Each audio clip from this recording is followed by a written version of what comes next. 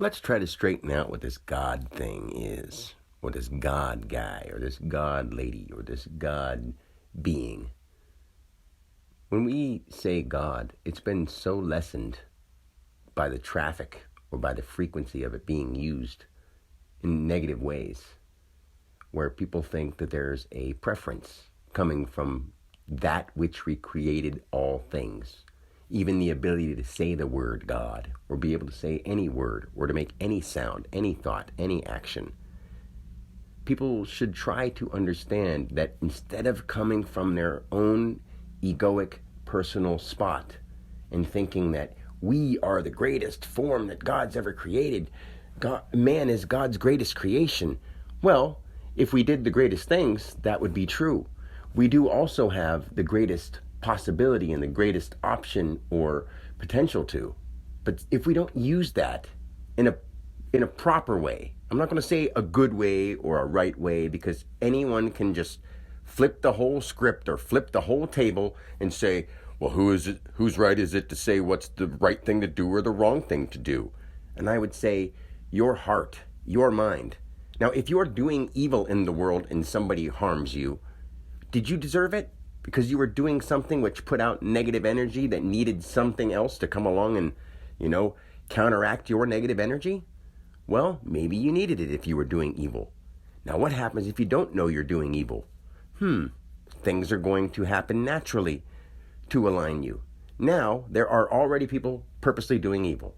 Now, if you're doing something good, since there are already people doing evil, some of those people that are doing good are going to be affected by that in some way or other. Now, does that mean they should? Honestly, if you just use your heart and mind instead of saying, well, no one can say what should or shouldn't be.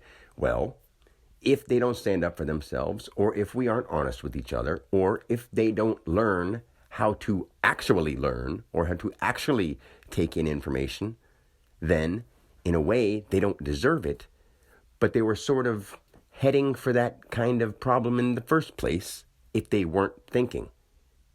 Now, a lot of times that's not the person's fault specifically or personally, because they were taught by people as they were growing up to do things a certain way. Now, like I've said many times, we are going through growing stages. And since each of us is, whether we want to admit it or not, or we don't like the sound of it, each of us is a manifestation of the highest God, the universe itself. Anything that is happening in creation, the possibility to be conscious, the possibility for anything to exist at all, is obviously a possibility. You're really here. So there's part of this thing that everybody calls the illusion, or what so many people like to call the illusion. We can say all those things. So there's a part of it that may be looked at like that as the highest part of us, but there's also a part of it that can't be looked at like that, because obviously you're experiencing something. You're actually aware of whatever awareness or consciousness or any of these things could possibly be. How is that even so? Well, since you know it is, quit trying to worry about it until you have the right ability to take in information. Now, I'm trying to help you understand that if you have your eyes closed and your mind open and your mouth closed and your brain turned off from all its repetitive things that play like garbage or play like whatever. It could be a soundtrack. It could be your life happenings. It could be what you're thinking or yearning for, or a person you're missing. If you can learn to turn that off, you can really go into who you really are and what you really are, because you're not just a who. You're all the who's. You're all the what's. You're all the where's and why's. But when you are in a specific personal body, just like each one of us is a human being or an animal or a plant is, now we have this highest level or this highest potential. And since we're there, we can actually take into our consciousness that there is the possibility of something being created. So therefore, there has to be a creator, or something that is outside of this whole thing.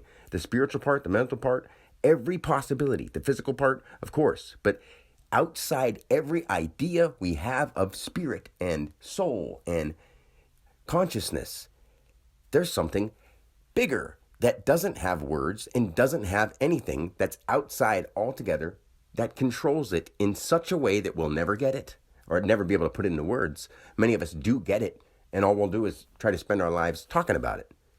But until you get that, you can't really deep down, if you think about it, you can't really say that you understand God or you follow your certain Messiah, your certain whoever you consider to be the highest being, and you follow them without taking in the other ones and understanding. Ignorance without research is just simply ignorance.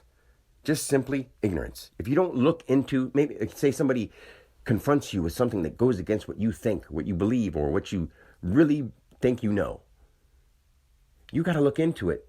If it's not just an obvious thing, but you should look into it before just criticizing it and saying, no way, I don't believe you because I believe this. Well, quit just believing.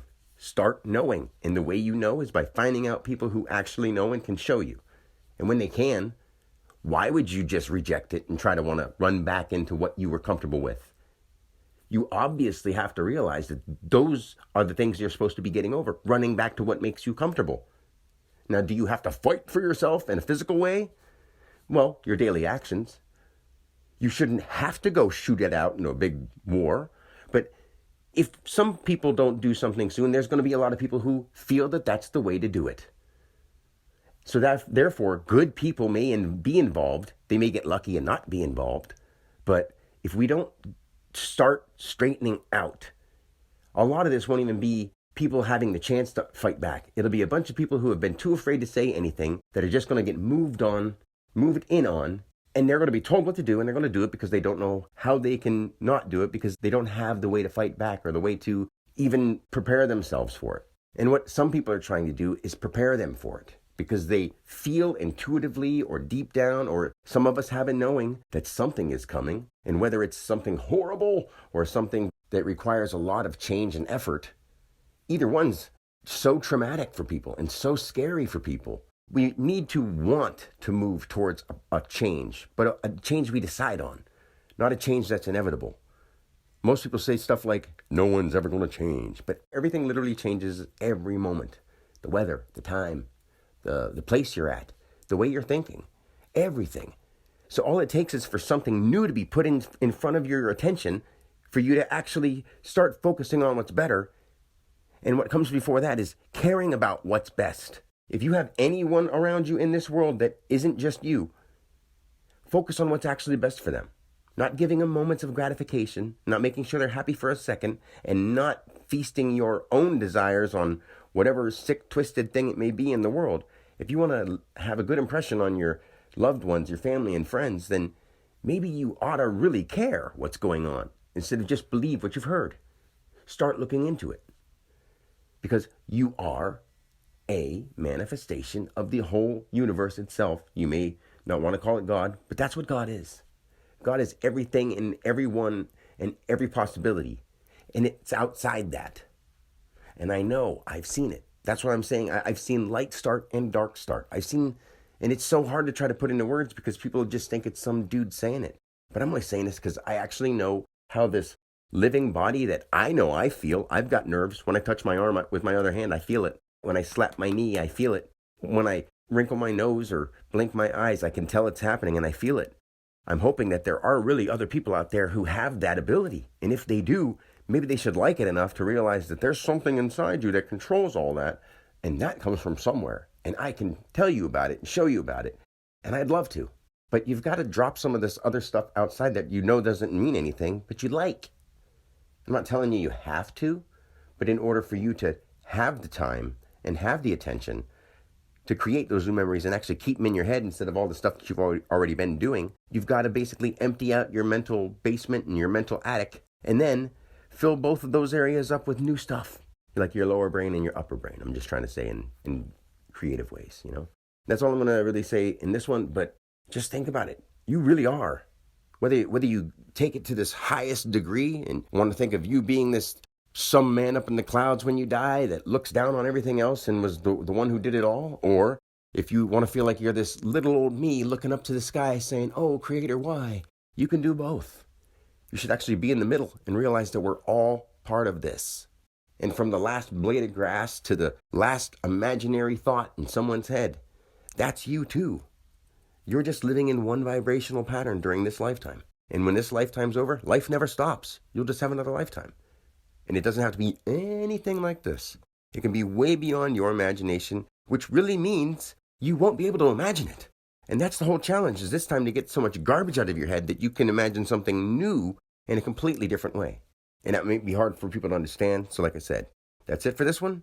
I don't think it's hard for you to understand, but the more and more you see some people, you realize it takes a little bit more than a little bit for some people to grasp things. And you would just expect people to be able to pick up and be like, oh, I see it. Yeah, you're right. Instead of being like, well, I see it, but I don't care.